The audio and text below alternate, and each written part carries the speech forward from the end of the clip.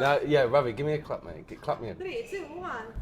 Hi, my name's Ollie, your host. Nope. Okay. Right, okay.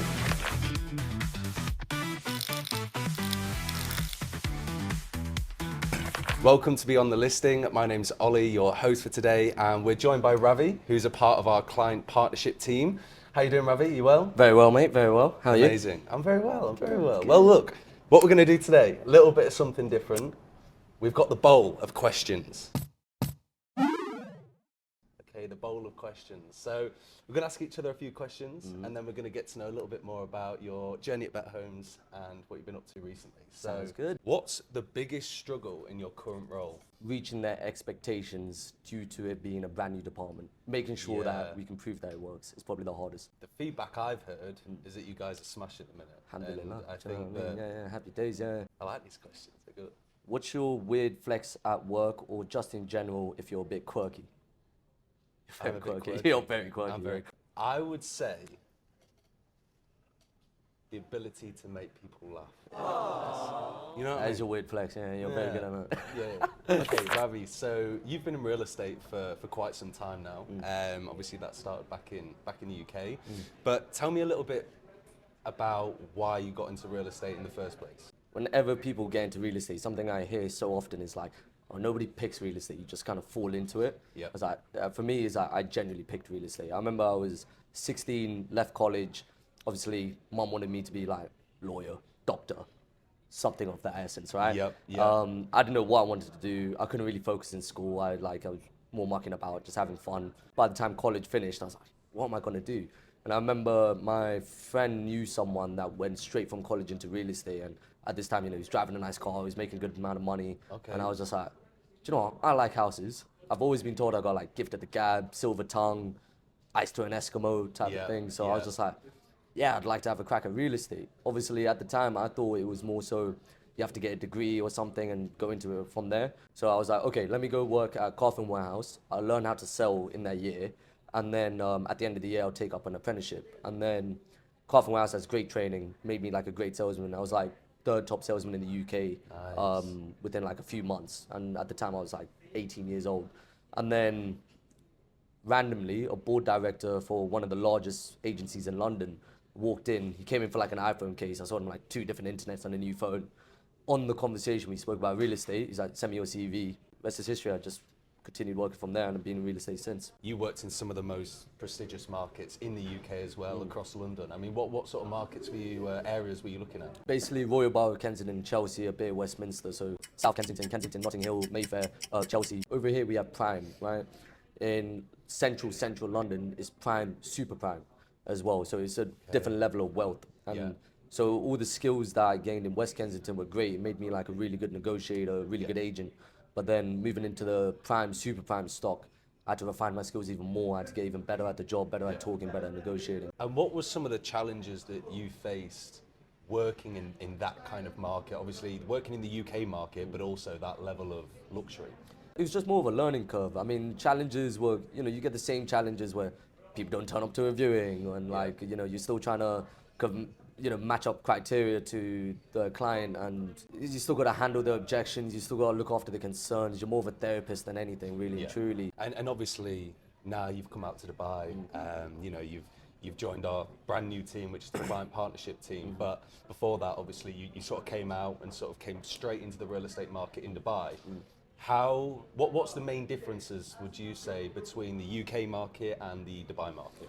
It's very competitive here, but it's competitive in a different way. I think the biggest difference I've faced is, and also the biggest challenge I'd say coming out and doing real estate here, is how often you have to deal with other agents. Yeah. And because there's so many agents and it's such a varied skill level, I've worked with some fantastic agents on deals and it's been smooth. And then I've worked with horrible ones where you're picking up all the pieces. For me, I've always preferred to just be in control of the whole transaction. I'm sure everyone would be. In London, it's not that common that you are working with other agents, and if you do, typically the other agent that you're working with is going to be very skilled because there's only a handful of agents out there that would actually work with each other. It's becoming more of an emergent thing in London now with the broker model kind of coming up. What we have here, basically, you know. So you spent nearly 6 years in real estate in the UK.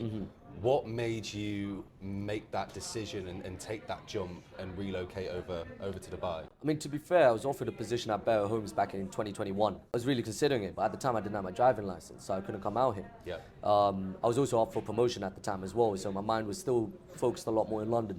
But I'm sure many would agree, like as time has gone on, as the years have gone on in London, whether it's the government, the weather, whatever you want to blame it on, I don't know, the standard of living has declined quite a bit. I mean, for me, it was just like, I'm 25. It was like, I also just want to get out. I want to kind of explore a little bit. I want to live somewhere else as well. All of these things kind of accumulated. And for me, I knew the market was super hot in Dubai. I know some people out here already. They were telling me how great it is. So I was just like, yeah, sod it. Let's go, Dubai. Now it's time. The jump. But actually, I think fundamentally, especially in real estate, what it comes down to is Dubai is the hottest real estate market in the world right now. And I think if you're the kind of person that puts 100% in, the returns can be crazy. Yeah. But now obviously you've come out here, you've started in our new division, which is the client partnership team. Indeed. So just tell us a little bit what the client partnership team does. Okay, so this is a team that exists in nearly every major agency in London at least. Yeah. Our job is literally to nurture the database, keep the clients hot, and bring on listings for the brokers, right? Like once again, in London, it's a very standard thing. So obviously Better Homes is the oldest agency in the UAE. The database is huge. Yeah. And I understand that brokers, they're going to be focused on the business that's right in front of them. They may not necessarily have the time to go back and nurture some of these clients. So it's a lot of missed opportunity there. So this team is being created to kind of capture those opportunities and bring on listings for the brokers. I think it's nice as well for, the agents to know that they've got that support there as well of you guys 100%. who are obviously highly skilled on the phones, highly skilled at networking, like you say, just going through that database, throwing over the leads once you get them on. Yeah, I mean, we were always told, especially when I was working in the broker mode, so it was like the average, I may be wrong with this, but we were told on average, a property owner in Dubai owns 8 properties, right? And I found that a little bit hard to believe. But now that I'm like literally just calling through many different areas all day rather than my specific area of expertise, Yeah. I'm really seeing it. It's like, oh, I don't have this available, but I got 3 in this area, or I got 1 here, 1 here, 1 here. It's crazy how many property owners own multiple properties. It's like there's so much business out there. Because in London it's like super rare to find something like that where somebody owns like tons of properties, like just one person. Normally they just own the one, maybe 2, right? And then you have a few that own like a building. But here it's like, no.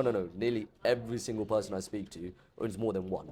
What would you say, the team and yourself personally have achieved since being on the team? I mean, it's been a cracking like month. Like as soon as we've come on, like I don't know the exact figure, but tons of listings have come on. I mean, I really take pride in the fact that like we had a new starter join. First day he was in, I was able to get him a listing and just send it straight over to him in leasing. That was a really great feeling. But honestly, the team's been smashing it with listings. I mean, all I see, I keep getting texts, 4 May sign, 4 May sign, 4 May sign, and then tons of conversation. So it's only been a month, brought on an exuberant amount of listings. Like, I just can't wait to see what happens when this team grows. One thing that I was really impressed about was the quality of the listings that you guys are managing to pick up as well.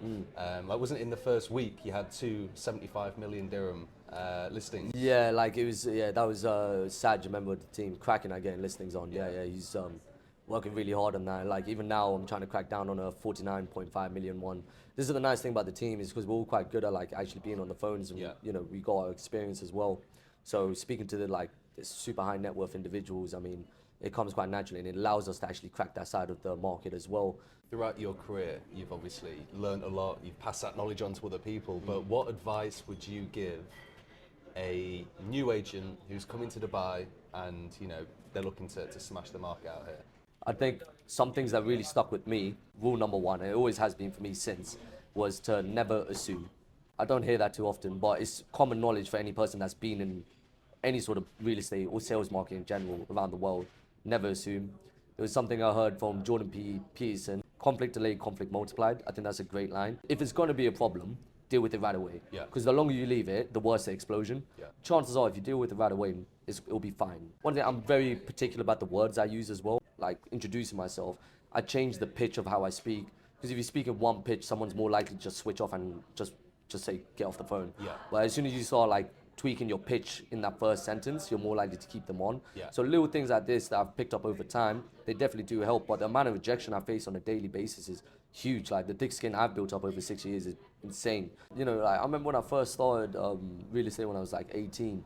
My trainer was the third best in the company out of like 2,000 agents. Yeah. And I picked up the phones right away. You know, I was straight onto it. I was hungry. And he heard me on the phone and I went super, like, hi, my name is Ravi. I'm calling from, you know, and he was just like, he's like, what are you doing? He's like, this is not you. He's like, I know your background. I know where you come from. It gives you an edge. Yeah. He's like, I'm not saying speak like you're around your friends, but use that piece of you to your advantage, because that's what makes you different. That's what gives you that edge. Yeah. Right. So mix the two together. Right. Authenticity, my friend. Yes, indeed.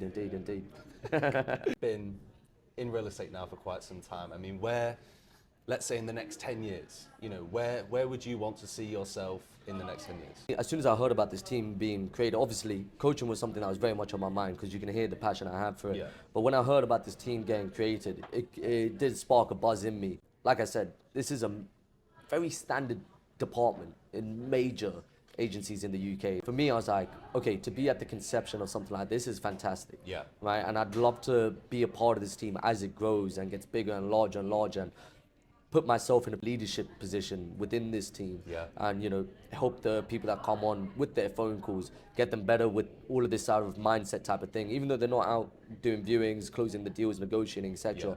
You know, this nurturing system of like talking to these owners and getting the listings on, and at the end of the day, handling their contentions, building the thick skin for objections, etc. Thank you very much, Ravi, for Cheers, joining mate. us on today's episode. Thanks for having me, bro. And for everyone watching, you can join us on the next one. Done. Push. Sick.